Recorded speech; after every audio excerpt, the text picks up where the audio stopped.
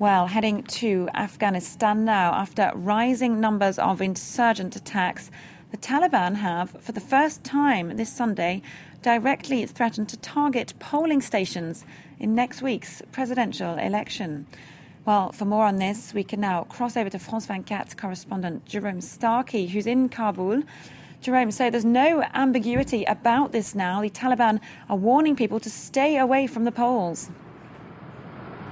That's absolutely right. What we know is that they've been issuing night letters, which is a common Taliban technique to scare ordinary people. And in those letters, they've been threatening that they will target the polling stations on Thursday's elections. Now, they've vowed for a long time that they were going to boycott the polls. They don't see the government here in Kabul as legitimate, and they've warned people to stay away. But what they've done now is they've specifically said they're going to target the polling stations, the places where people are going to have to go to cast their vote. What they've done in the past is threatened individuals for taking part. During the registration process, they warned people that if they were found with registration cards, they might face beatings or death. And they've said that if they find people's fingers dipped in ink, when people go to vote, they have to dip their finger in ink to make sure that they can't vote a second time.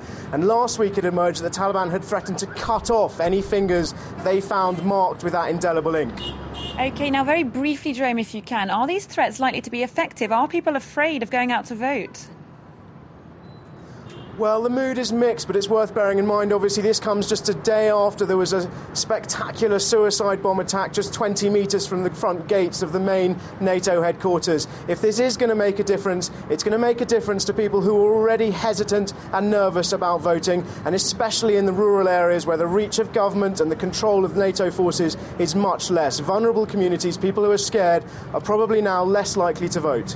OK, Jerome Starkey reporting there from Kabul. Thanks very much.